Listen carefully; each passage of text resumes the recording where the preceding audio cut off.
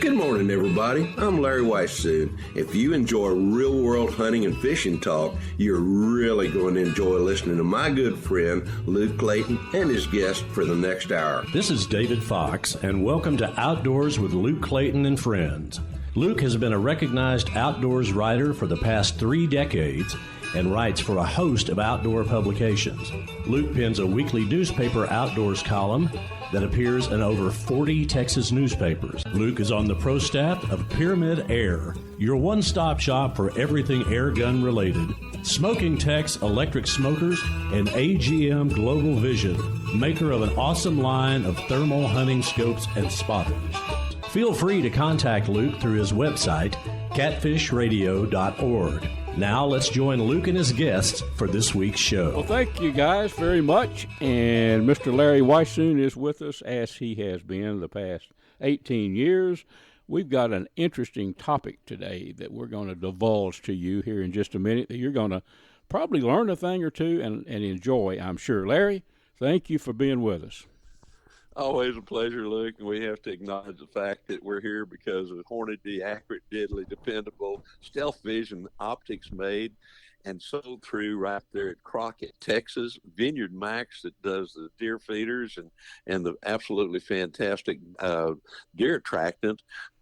Taurus that makes the handguns that I hunt with, and Mossberg, they make their rifles here in Texas, down at Eagle Pass. Same thing with the shotguns.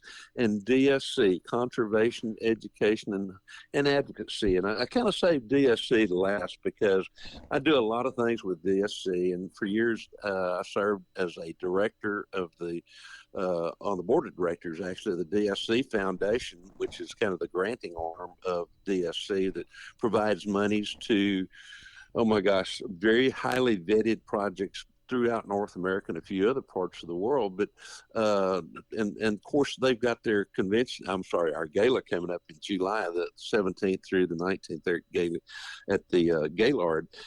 And I kept them for last because I do a fair amount of writing now for their website as well too, and we'll come back to that. But I want to talk about butterflies of all things.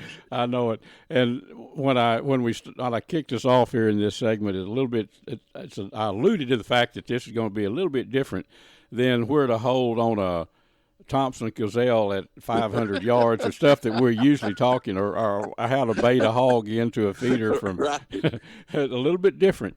But I read the article, Larry, and I want to make sure that all of our listeners, I'm going to, in a bit, you can tell them where to go to read this article. But I'm telling you, folks, I want you to read the article that Larry wrote. It ties hunting in with a good establishing or keeping a good habitat, wildlife habitat for everything, not only deer and elk and big game animals or rabbits and squirrels, but the big picture. And butterflies, they're a part of the big program, aren't they, Larry? You know, they really are. So very often I've done a lot of different talks, and quite often it's talks in front of a very diverse crowd, including people who are not hunters. And so to me, several years ago, of course, as a wildlife biologist, I worked with a lot of different properties, and I saw what happened when you started doing management on those properties in terms of habitat and animals. But my approach to a lot of these things are, when I'm asked in a diverse group like that why I hunt, and I go butterflies. And you can see those folks who are there because maybe they don't really support hunting go, he hunts because of butterflies? Are you hunting butterflies now? And I go, and they'll ask that question. I said, no, but here's the reason we have butterflies is because we do hunting, because we hunt properties, and tie all that into, as a biologist, I had the opportunity to work in so many different places at all different types of terrain, all different types of habitat, vegetation, and all those kind of things. And the one thing that I learned over doing that is that as we try to improve the habitat for quail, for turkeys, for ducks, geese, deer, elk, pronghorn antelope, bighorn sheep, it didn't make a darn bit of difference. Whenever we improved the habitat for those game species, we greatly increased the diversity as far as vegetation is concerned on that property. And once we did that, guess what? We started seeing a lot of butterflies. And in a lot of those places, before we started doing the work that we did to improve the habitat by sustained controlled hunting in terms of making sure that those animals do not eat themselves out of house and home, even in the worst of times, we found when we started doing that, guess what? We started seeing butterflies that had not been there. We started seeing songbirds that had not been there. And it was simply just a matter of keeping that habitat in tune with what it could support in terms of all kinds of wildlife. And the other thing that I learned is that, particularly with white-tailed deer, which we did a little bit more of than some of the rest, is that when we improved the habitat for white-tailed deer, it was actually all the other species that are out there, going back to the butterflies, the songbirds, the squirrels, the little ground animals, the rabbits, they greatly, they were the ones who benefited a whole lot more from the management that we did in terms of trying to keep that population, that deer population, in check with what the habitat could support in the worst of times. That all makes perfect sense, Larry. If you look at the landscape, if you will. Okay, right. Say it's ranch land. Well, if it's overgrazed by cattle, sheep, goats, whatever, if the vegetation is depleted, well, everything hurts. All wildlife hurts, but including butterflies. I get that, Right. Same with, just for instance, say white-tailed deer, and not being a biologist, of course, but just common sense, if the predators were still here, like they were, if man was taken out of the equation, let's say, well, I have a feeling things were going on pretty well before people showed up to now we've warped the situation by, the wolves are gone. We do have coyotes and all that, of course, but there can be an imbalance there. So if you didn't take X number of, just say, big game animals off the land, things could still get unbalanced, couldn't they? You could have too many deer, as has happened in the hill country. I've seen that on friends' places that were just, the browse line was as far as a deer could reach up, So by balancing, just dealing with white-tailed deer, balancing the deer herd, keeping the numbers in check, could equate to a rancher keeping his herd balanced, so he doesn't have to buy so much hay. So, right? I mean, I see it all. The wildlife and actually domestic stock all kind of plays, in the sense of they play the same role in a way. As far as eating too much or having too many animals, and hunting takes care of that. It helps with that very much, doesn't it? It really does. I'm going to take you back a little bit farther when you were talking about when we had wolves and coyotes and great numbers and all that kind of stuff. If you go back and read some of the Lewis and Clark journals, you'll realize that those folks darn near starved to death at times because there was no edible wildlife on properties. Mm-hmm. And that was because the wolves and the grizzly bears had eaten everything up. Yeah. Well, what happens is it's like a swing of a pendulum. The only time that everything is in balance is when that pendulum is straight down. When it's too far to the left, say, you got way too many prey species. They eat themselves out of house and home if you don't have predators. But if you have predators, by golly, they're going to knock that number way down and just about kill it out. And if you go over to the other side where once they do that, you create a whole lot of predators, and those predators, now the predators are starving to death because, there's nothing for them to eat. So it's only when that pendulum is kind of pretty much straight down, and that's where man comes in, is for man to manage, to conserve. Wildlife conservation is the wise use of. And I often say that conservation promotes life. Preservation kills, because when you try to preserve something like they're trying to do with some of the grizzly bears and wolves in the West right now, guess what? They're going to start dying before too very long, or they're going to start eating people who start eating, livestock. Otherwise, there's not going to be any food. So it's up to us as man. God gave man dominion over the earth when you get right down to it. So it's for us he wants us to manage that so we do it properly, and so we don't have these great buildups and these great dials. Makes perfect sense, Larry. The good thing is about it, people, thanks to knowledge, guys like yourself, wildlife biologists and specialists that spend a lot of time studying for decades, we've learned a lot, haven't we? How to do this kind of stuff, how to manage the land. We really have, and it's us to be wise stewards of the land and wise stewards of the wildlife. And to me, that's one of the things that DSC is all about, the Dallas Safari Club, and they can learn more about it by going to VIGGAME.org. And of course, also here in Texas, with the Texas Wildlife Association, which is www.texas-wildlife.org. Now, the article that we were talking about, it will appear at the DSC Foundation in their website, which is the website there if they'd like to read that. And it's in there. I talk about a puzzle too, but that website is www.dscf.org. And so I've got a few places there where I write those kind of things, and it's a little bit different approach for when you're approached by somebody that says, "Oh, you're a hunter, you don't care about wildlife." It'll give you some information that you can come back with where if they got any common sense at all, you're going to convert them. They'll convert themselves by the information that you can give them.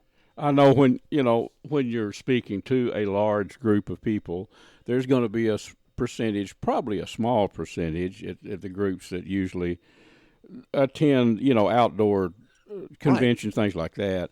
But there's going to be a contingency of people that don't, that are anti-hunters, or maybe it's probably because of lack of knowledge, very likely. But you also, this is a great way to address those people too. I mean, it puts it in a light that they can probably say, hey, wait a minute, this kind of makes sense, So hats off to you there. That's a good approach, and I think it'll reach a lot of people that other forms of communication with them might not reach.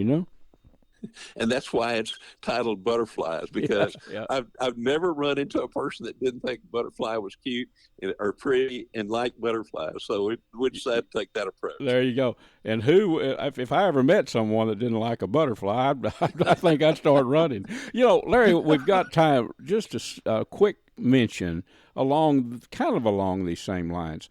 And we've talked about this in the past. It's hard to talk to me long without going to a wild hog talk. But exactly. Here where I live, there are an overabundance of wild hogs, and you know that. A friend of mine, Ken the Shepherd, he lives where he can look out his door, and he's right on a wooded tree line, a slough where hogs are there year round. Again, I sent you a picture. He was probably 500 yards away. Two coyotes grabbed a pig and started eating right there. And he's seen that so many times.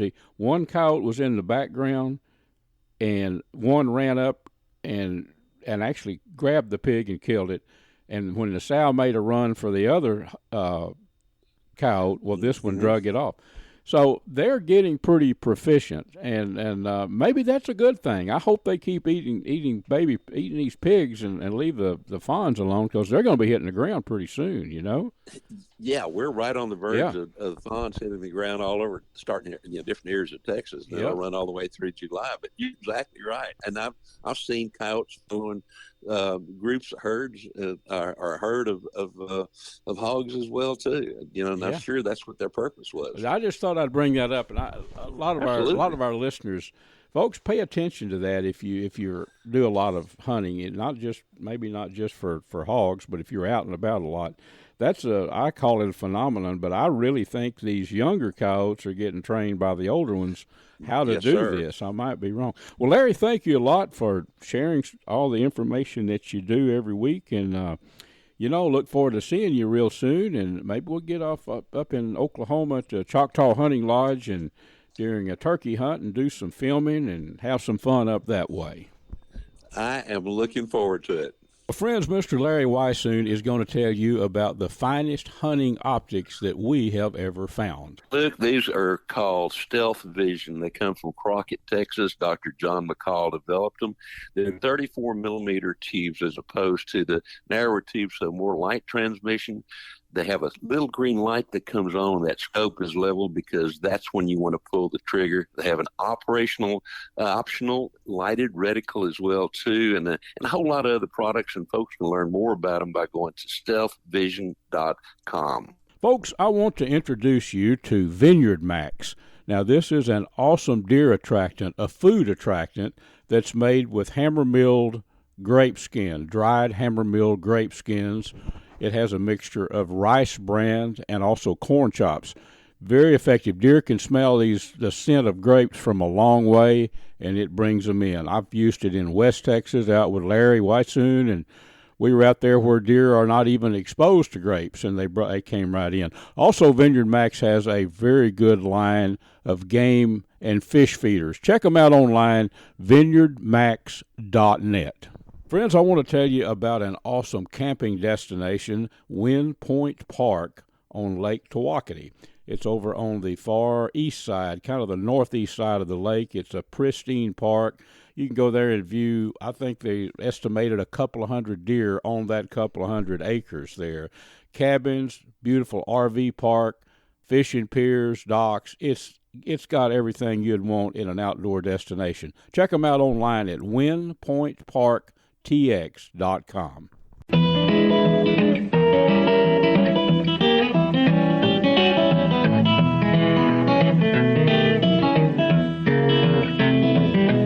Folks, this segment is made possible by Smokin Tex electric smokers that I've been using a long, long time, CatfishPro, catfishing baits and catfish supplies, Ultrimatic Feeders, and AGM Global Vision, maker of the spotters and thermal scopes that I hunt with. Well, folks, we are back. Hope you enjoyed the conversation each week with Mr. Larry Weissoon. He's always got some good stories and a lot of information. Right now, it's time to shift gears, though, and talk some fishing. Catfish are up shallow right now. It's a great time to go catch you some catfish. I don't know anybody that I like to pick their brain more than Mr. Tony Pennybaker. Now, Tony's been guiding down at Lake Tawakoni for years. Let's visit with Tony and talk catfishing. Tony, thank you for being with us. Hey, good morning, Luke. Yes, sir. We're kicking things off early this morning and getting everybody fired up on catfishing. But you were just telling me before we went on the air here that you had some clients out there blue catfishing, I think, maybe yesterday or very recently. And yesterday. they had stayed in a cabin or something there, and they caught a bunch of, granted, probably not giant catfish, but a bunch of them off the bank. Now is a good time to catch really a lot of channel cat. I've done this many times, using a floater, using a cork off the bank. But it's also a good time up there at Tawakoni right now. Blues also off the bank, right? Oh, any of them. Yeah. They're all coming up shallow. The blues are piling up, and channels too off these points. Blues more especially because it's early, but channels pile up the same, give them heat up a little bit more. But they're all real shallow. You can catch them, and you could catch anything. I mean, you never know when you throw a bait out there what's going to get on it, because it could be a big one. That's too. True. And That's true. Of course, they caught about 20-something blues and channels where they were at. They were in Airbnb over on the Wills Point side somewhere. I'm not sure exactly where, but the wind was blowing out of the north, so it's blowing towards those banks. Mm-hmm. They were just baiting up with Tony P's punch bait and throwing it out there on the bottom and catching them pretty good. You know? Didn't have to worry about, catching cut bait or anything like that. No, they didn't catch. They was just using my punch bait, and they were having a grand time catching just, you know, 2 or 3 pounds, not nothing big, but up 2 or 3 pound fish, you know. Yep. Well, Tony, this is something I've done a lot, though, is use the punch bait on I like to use the number 4 treble, but a lot of people use the 6. But the 4, to me, is just easier to get out of the fish's mouth. But number 4 or number 6 treble hook. And when you're fishing up near the bank, you're going to be fishing pretty shallow water. I like to use a cork. Seems like I get hung up less. I don't know. Yeah. And yeah, you do. It's easier for me. And plus, there's just something about watching that cork start getting nervous and then shoom, under the water. I get as much a kick out of watching the cork go under as I do catching the fish, I think. But tell us about, say you want to fish off the bank. And we're going to talk about fishing with you in the boat here in just a bit. But say a guy or folks, family or whatever, wants to fish off the bank. Is there any? I know rocks for channel cat in April and May is usually prime time. But would you key on some fishing around rocks? You think or? Hey, rocks are great. I mean, if you got rocks around that bank, just like over Wind Point. Yes, they got those rocks all the way around that thing. Yeah. But always, I mean, even the wind is blowing in there. Yeah. Yep. You don't really, you set your port rig. I always fish at about 2 foot, give or take some, when I do it. And I don't worry about the wind blowing towards me because you can chunk that thing out beyond the rocks where you're not going to get hung up. It's going to take a little bit of trial and error, on the depth. Yes. But there's usually a current forms. When them waves come in to hit them rocks, that current will move right or left down there. Yes. And it'll catch that bait, and it'll actually move your rig right or left and not necessarily right straight into them rocks. So you got your hit zone will be right there where that current's moving left or right.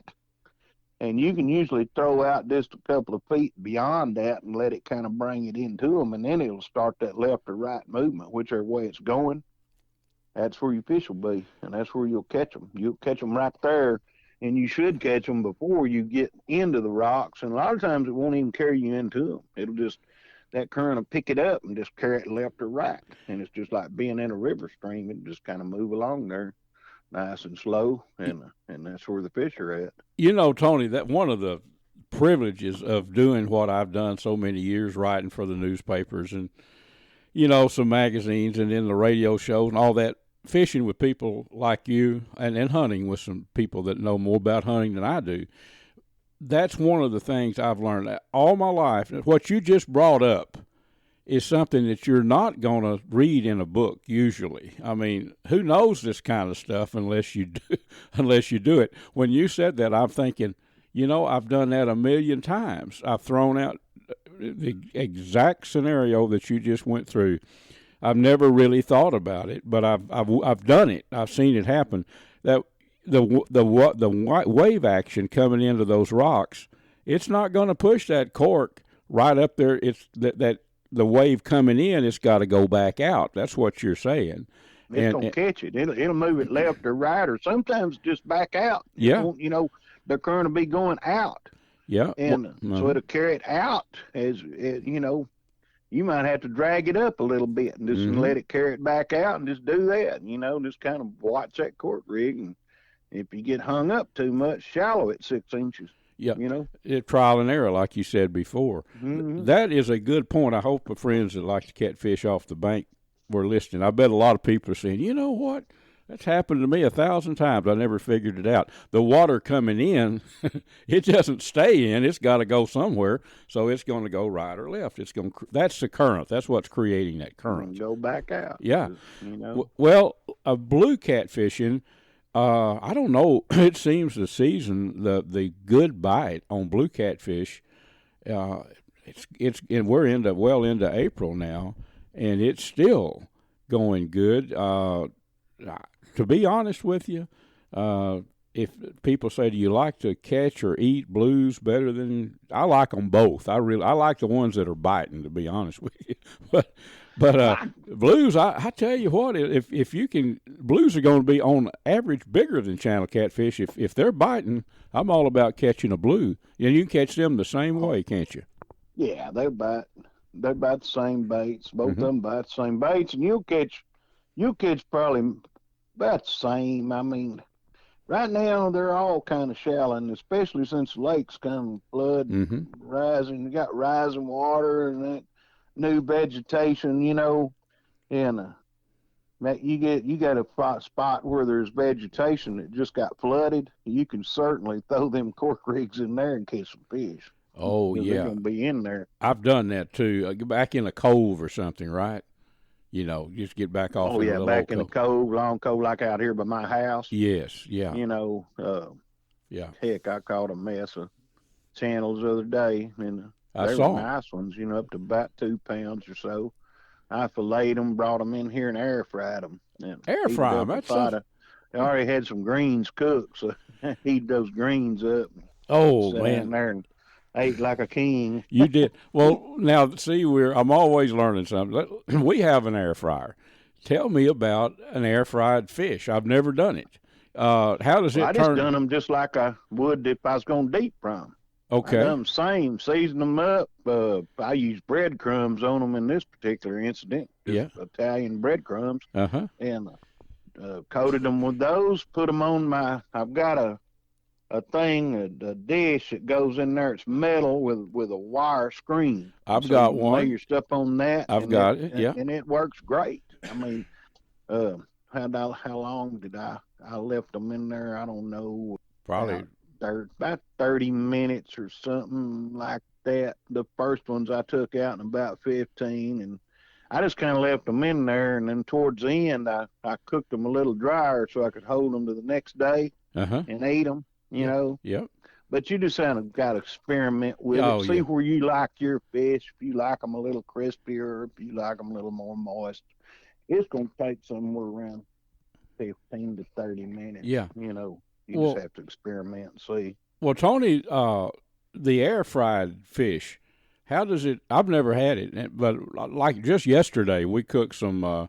I cooked some chicken strips on the air fryer, and they were awesome. I mean, crispy. But does the fish? It's same with the fish. The fish will get crispy. I mean, it'll get crispy. Yeah, they'll get crispy. You leave them in there. Just you can take them out either way. Where your cornmeal or whatever is still kind of moist or gooey, or you can leave them just a little bit longer. And I never turned these over. I just cooked them on one side. And they got crisp. Never turned them over, and they were just like I like them when I took them out. Awesome. See, that's what I'm talking about, sharing information. And you don't have the oil. It's a lot healthier. Well, yeah. You don't have any oil, zero oil, no oil. You're not eating any oil. You're just eating the crumbs, cornmeal, breadcrumbs, and fish. I'm on it. I'll be doing this real soon. What we don't want to overlook is the fact that people can come down there, jump in your big old comfortable boat if they don't want to fish off the bank, and go fishing with you, Tony, and sack up a bunch of these things and leave, as you say, with some delicious Lake Tawakoni. I don't know exactly how you say that. Fully trimmed, ready to cook, delicious Lake Tawakoni blue cat fillets.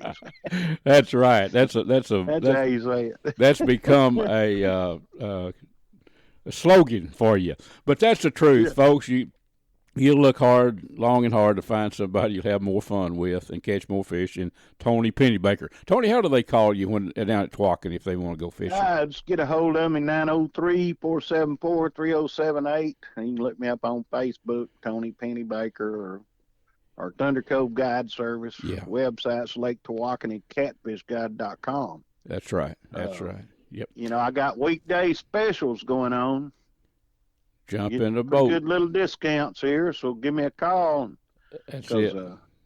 Weekdays I got plenty of weekdays, so I'm offering specials to fill those things up. And I got pretty good discounts going, so. All right. Just give me a call and check that out. Good deal. And, folks, Wind Point Park there is not far from Tony's place. A good place to stay. There's cabins there. If you want to fish off the bank, like Tony mentioned, there's a lot of rocks. You can do that, but just down the road from Tony Pennybaker there. So if you're traveling to Tawakoni, a good place to stay. Tony, Wind Point's one of the best places out here too. It is, Tony. Well, thank you, buddy, for visiting and sharing some information. Folks, I want to tell you about an awesome destination for camping, just a getaway place, some very good fishing up on the upper end of Lake Livingston. It's River Rat Resort. You can go online to riverratresort.com. Check it all out. It's an awesome website there, but there's RV sites for RVs. There's tent camping right on the river, cabins there. It is a beautiful park. And I fished down in that area for many, many years. I probably first started fishing there 30 years ago. But you can fish the river. Lake Livingston is a well-known fishing lake. If you don't like to fish, which I bet you do, but if you don't, it's a great place just to get away from the hustle bustle of the big city. You can call 936-277-5495. That's 936-277-5495 and make reservations. But first, go online there to riverratresort.com. Check it out. I want to tell you about a one-stop shop for everything related to game feeders and fish feeders, Ultrimatic Feeders. I've been using components and feeders from Ultrimatic Feeders for 20-something years, I guess. They have the remote, which you can remotely activate your feeder with, the timer, which is the most simple timer that I've ever found on a game feeder. And then the eliminator. Check these out. They are worked on actually on centrifugal force, and they seal off the corn supply so coons and squirrels can't get to the corn. Check them out. Ultrimatic Feeders, you could go online to ultrimaticfeeders.com. Folks, let's talk a little outdoor cooking. Let me tell you about an electric smoker that I've been using for 15 years, I guess. Smokin Tex electric smokers. If you're tired of staying up all night keeping that wood fire burning when you're barbecuing, give Smokin Tex a try. They're made to last a lifetime. You can check them out at smokintex.com. That's SMOKINTEX.com. For seasonings, anything to do with outdoor cooking, all kind of jerky seasonings, sausage seasonings, Butcher Packer Supply. That's butcherpackersupply.com. I think the website is butcher-packer.com.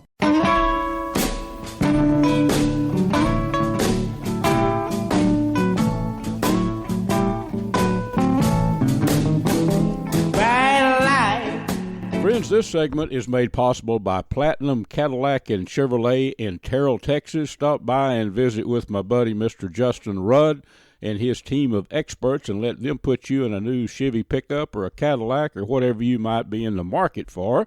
Also, the Choctaw Hunting Lodge up in southeast Oklahoma. Check them out at ChoctawHuntingLodge.com. Also made possible by Pyramyd Air, your one-stop shop for everything airgun related. Well, friends, you know, we outdoor folks make friends easily, and we kind of just, you have two people that like to hunt and fish, you give them a couple of minutes together, you're probably going to, the subject of hunting and fishing is going to come up. Now, our next guest is Ms. Tammy McLain. Now I'm going to tell you how we met. We met earlier this week. I had a skin cancer that I had to have removed. Well, Tammy was a certified, technician. She's the one that helps you out there, gets you through that. We had a little slack time and started talking about fishing. Guess what Tammy does? She makes some really neat hand-tied crappie jigs. So, Tammy, thank you for spending some time with us after your busy day in that clinic.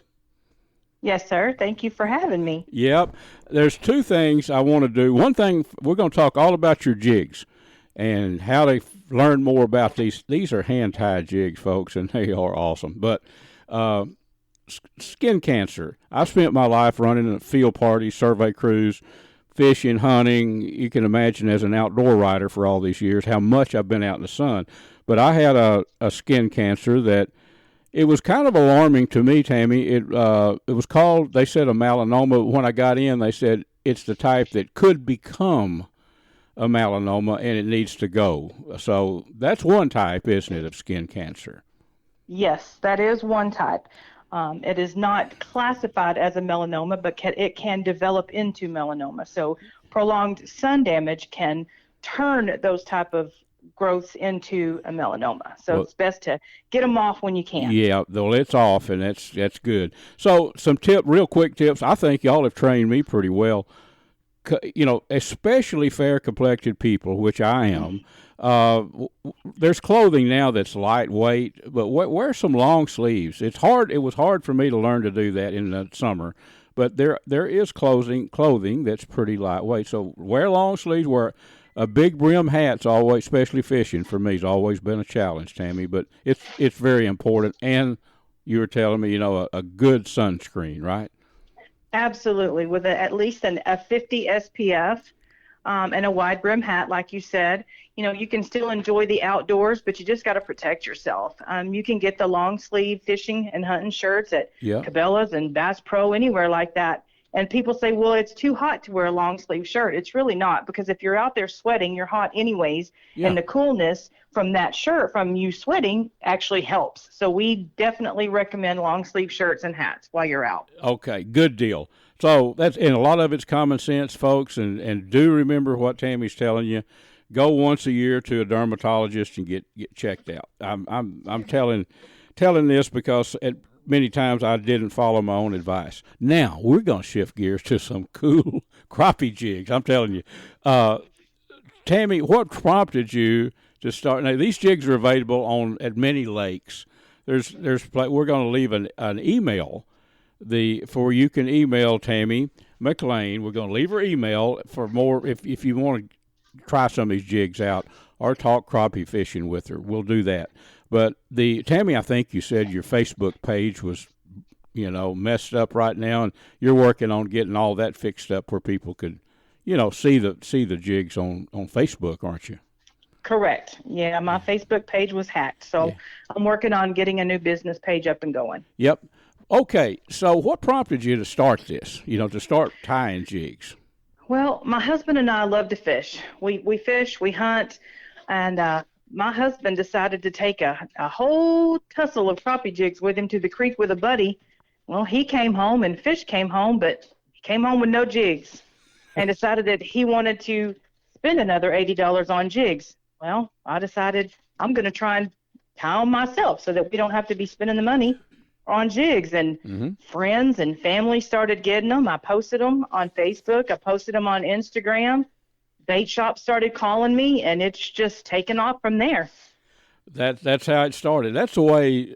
And you've got to. I always said, whether it's outdoor riding, radio, hunting turkeys, if you need a passion for it, you gotta like doing what you do.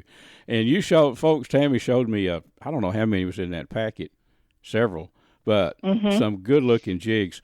What makes a good crappie jig? I mean, the paint is important, I guess. Colors. It is. Yeah. The colors on certain lakes is important. You never can go wrong with chartreuse and black. Yeah. It just depends on the water, the lake you're fishing, and the colors. I've got a guy that he does all of my hooks for me, so that's wonderful. Yeah. And he's great. These hooks are really durable. They last.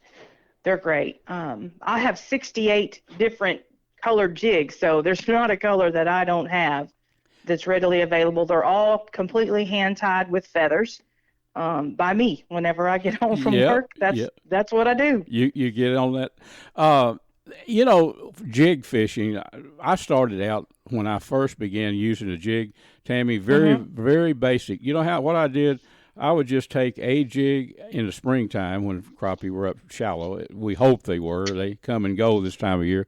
But I'd put it about 2 foot under a cork, and I'd call it fan casting. You know, I'd cast up past a piece of brush and pull it up there in this jig. I've caught crappie. I don't see people doing that much anymore, but that is one way to jig fish.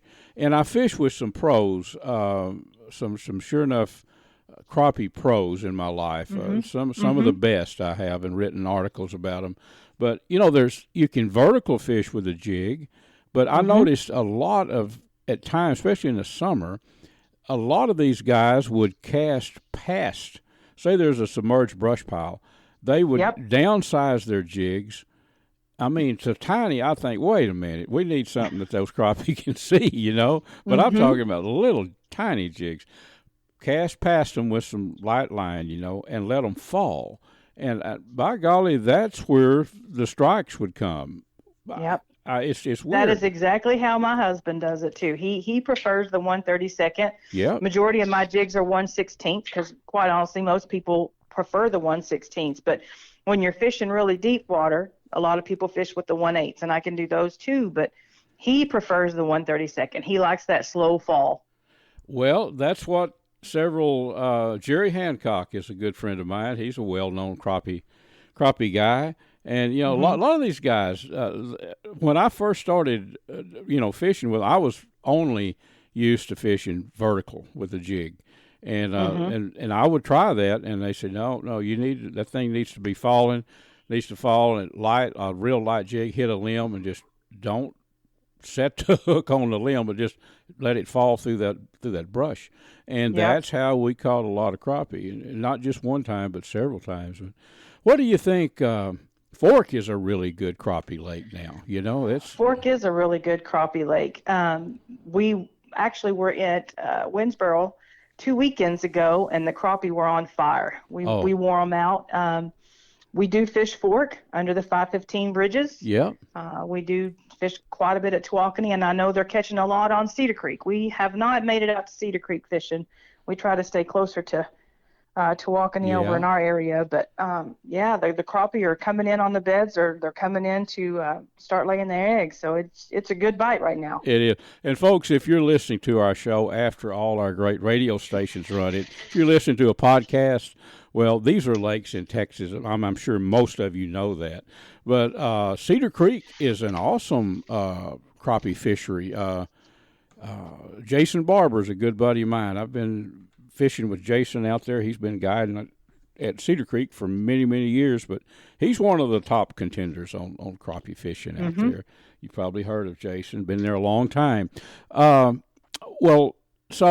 the tiny, is there a time of the year, Tammy, when, like your husband, he downsizes the smaller jigs? Will he fish those jigs like year-round or in the winter, or does it matter much? It's seasonal. Yeah. Crappie start coming in around now, spring. When you start seeing the trees start blooming, them crappie are starting to bite. Yeah. They're starting to come in. And then again, they start in January. We catch them good in January too. So they are definitely seasonal. A lot of friends that I'm just an average crappie fisherman. I really am. Average at best, to be honest with you. But a lot of my friends that are pros, they like summer when they start packing up on those deeper structures, or winter when they're on deep structure, because, they don't have to look for them. I'll tell you one thing that I don't enjoy doing, I bet I'm in the vast minority here, is a live scope. I mean, it has took over, the live scope has, but when I'm with somebody, and a lot, I'm not knocking it because it's modern technology and most people use live scope, but I'll be with somebody that's using it. I'll say, well, just about how deep. I just detest keeping that head in the screen and watching that little jig. I don't like it, but it's. We don't have one either. I've seen the guys using them, but we don't. Yeah. We don't have one. Well, we old-fashioned fish it. tell your husband old Luke would like to get with him. Old school fishing. And you can catch. Absolutely. If you know what, been catching them like that for eons without it. But I get it. You can see right where it's at, and you can put that jig right on the crappie's nose, and it's become very, very popular. Well, Tammy, thanks so much for being with us. For your knowledge on skin care. Because if you don't watch out, you can certainly get your skin damaged, and you might wind up with a good doctor there in his office removing something. So like happened to me recently. So enjoy the outdoors. Just protect yourself. Yes, ma'am. That's a good way to put it. Let me give your email address, and soon it's Redneck Woman Crappie Jigs. Remember that name, folks. Redneck Woman, that's easy to remember, Crappie Jigs. And soon you'll be able to go on Facebook and search it out, and there you can learn a whole lot more about Tammy's jigs. But till then, it's the email address is McLain, McLain, TMCLAIN 4447 at Gmail. Is that right? Yes, sir. That is right. I'm going to get you to give that email address yourself real slow. Folks, grab you a pen. Of course, all of our guests, you can contact me just through catfishradio.org. There's an email, Luke, on there. I'll put you in contact with these folks. But how about the email address once again, Tammy? Mm-hmm. It is McLain, MCLAIN 4447 @gmail.com. Tammy, thanks very much, and it was a pleasure meeting you, and hopefully one of these times I can get in the boat with you and your husband and maybe catch a crappie. How about that? Sounds great. Thank you so much for having me. I really appreciate it. For about the past decade, I've been hunting editor for Air Gun Hobbyist magazine. I think the only magazine devoted strictly to air gun shooting and hunting in the country. Well, in that length of time, I've learned quite a bit about big bore air guns and smaller calibers too. A spot to go to that if you're interested in air guns, you need to know about Pyramyd Air. The website is PYRAMYD, PyramydAir.com. They have anything and everything you need, from the guns themselves, the big bores or the smaller calibers, to the accessories. Just remember PyramydAir.com, and there's a number when you get on the website if you need to call and talk to somebody. Give them a buzz, and they can fill you in on little details that you might need to know about shooting or hunting with big bore air guns. While you're on the website there, I'd like you to check out the big bore air gun that I've done a great deal of hunting with. It's the Seneca Dragon Claw, 50 caliber, pressures up to 3,000 psi, and it looks like a conventional rifle. Wooden stock. I think you'll like the appearance, and I know you'll like the performance. It shoots not only bullets, but also air bolts as well, tipped with a broadhead. Check it out. It's the Seneca Dragon Claw. The snowflakes fall as winter comes, and time just seems to fly. Friends, this segment is brought to us by CVA Muzzleloaders. In my opinion, the very best muzzleloaders in the world, the ones that I shoot. You can check them out online, CVA.com. AGM Global Vision, maker of the Rattler and the Adder that I use, you can check them out online too, agmglobalvision.com. Kuby's Wild Game Processing and Kuby's Restaurant in Dallas, and VINEYARDMAX, maker of some awesome deer attractant and some very fine game feeders and fish feeders, located down in Nacogdoches, Texas. Check them out at vineyardmax.net. Well, friends, I hope you've enjoyed our show today, visiting with all of my friends as much as I have. It's been a fun show, but we've got another fun segment coming up.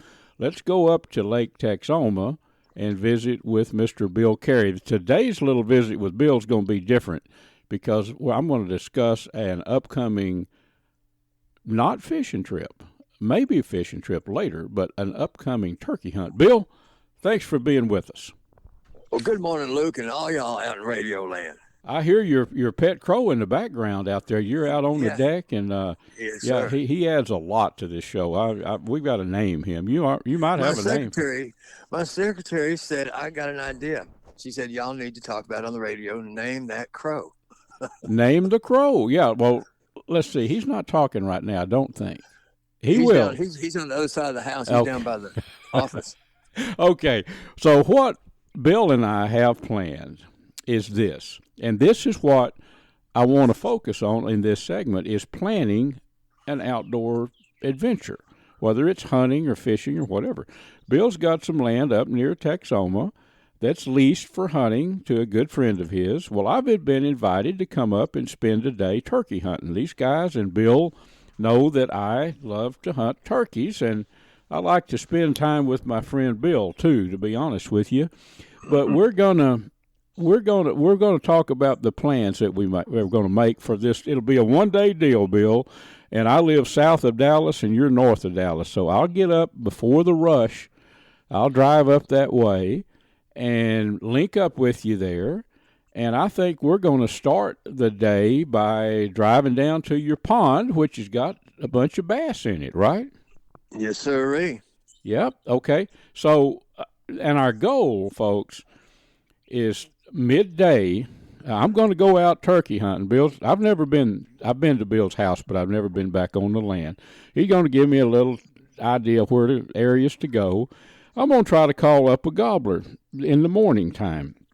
And then, say, 12:30 or whatever, we're going to meet back at the pond, and I'm going to bring everything needed, including a sharp fillet knife, to turn 2 or 3 bass into lunch for us, Bill. And That's right. you said there's a lot of 2 to 3 pound bass in there. We probably, with any luck at all, we'll probably catch a bass or two. Do you think? You betcha. Yep, you betcha. We're gonna have some fun. We're gonna remove ourselves from the world, and we're gonna live off the land. That's right. So I've got this cool little old stove. If you go to YouTube much, you've seen them. Called an Eco Rocket Stove. Excuse me. It's fits in about the size of a 5-gallon bucket, and it is a cooking machine. It's called an Eco Stove. And mine fits right. They fit about a little bit smaller than a 5-gallon bucket, but it's a rocket stove. It's round and there's no stovepipe or anything like that. The top of it is a cooking element.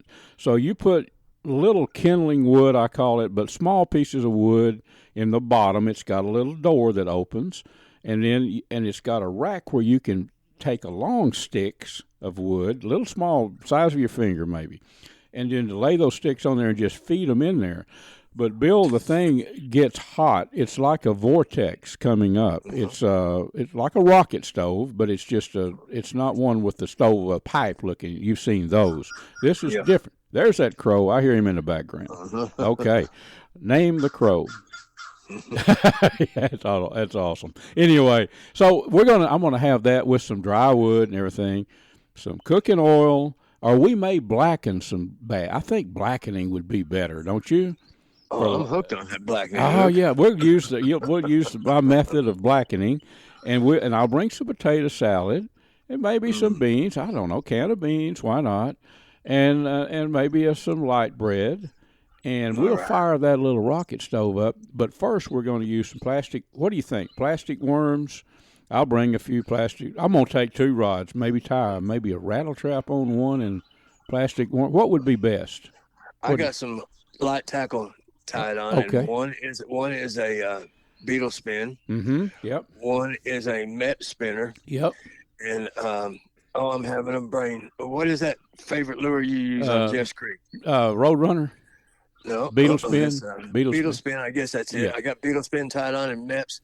Yeah, on That's some light little tackle, spinners. we're gonna use that. Oh, you're gonna Spinners. Okay. So see, folks, this is the way a fishing and hunting trip starts right here.